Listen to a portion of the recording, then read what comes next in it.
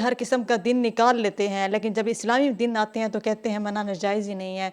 مجھے لگتا ہے منانے چاہیے تاکہ ہمیں یاد رہے کہ ہمارے صحابہ کرام نے کتنی قربانیاں دی تھیں۔ ہم حضرت حسین رضی اللہ تعالیٰ عنہ کے دن تو یاد رکھتے ہیں کہ وہ پیاسے تھے۔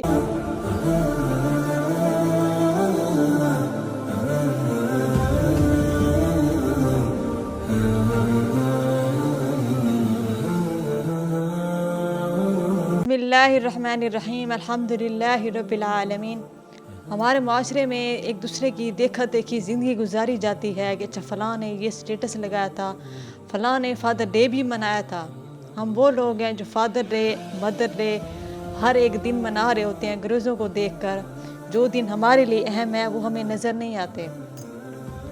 میں نے دیکھے ہیں بہت سے لوگ ہیں جو فادر ڈے ہر قسم کے ڈے منا رہے ہوتے ہیں، مگر جو اسلامی دن ہوتے ہیں وہ ان کو کہیں بھی نظر نہیں آتے۔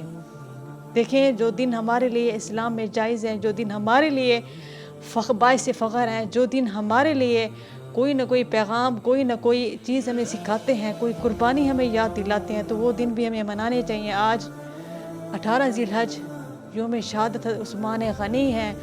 حضرت عثمان غنی وہ جو حیا کا پیکر تھے، حضرت عثمان غنی وہ جو داماد رسول تھے، حضرت عثمان غنی وہ امیر ترین صحابی تھے جنہوں نے غریب لوگوں کو میٹھے پانی کا کنواں خرید کر دیا تھا۔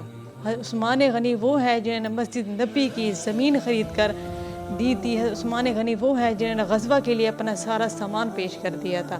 امیر لوگوں کو حضرت عثمان غنی سے کچھ سیکھنا چاہیے۔ دیکھیں، آج کے وقت کے جو امیر لوگ ہیں وہ اپنی امیری سے کسی کی مدد کرنا تو دور کی بات ہے، بلکہ غریبوں کو، اپنے سے کمتر لوگوں کو حقیر سمجھتے ہیں۔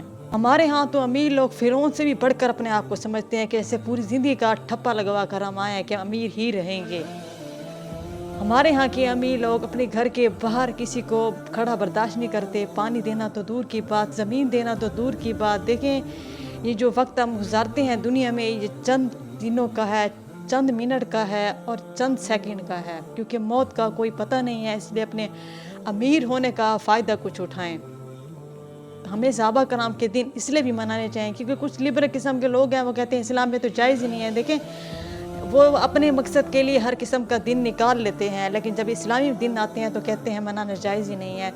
مجھے لگتا ہے منانے چاہیے تاکہ ہمیں یاد رہے کہ ہمارے صحابہ کرام نے کتنی قربانیاں دی تھیں۔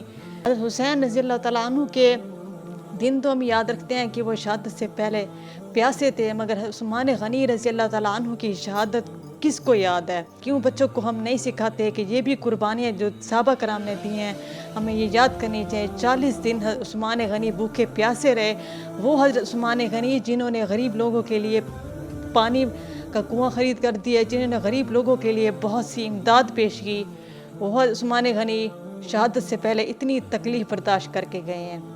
جب ان کو شہید کیا گیا تھا، وہ قرآن شریف کے اوپر ان کو شہید کیا گیا تھا۔ آپ دیکھیں نا، یہ دن ہمیں نہیں یاد کرائے جاتے، ہمیں خود یاد کرنے چاہیے تاکہ دنیا کو معلوم ہو کہ ہمارے پیغمبروں نے، ہمارے صحابہ کرام نے کتنی قربانیاں دی ہیں، اور انہی صحابہ کرام سے ہمیں کچھ سیکھنا چاہیے جو کہ ہم نہیں سیکھ رہے۔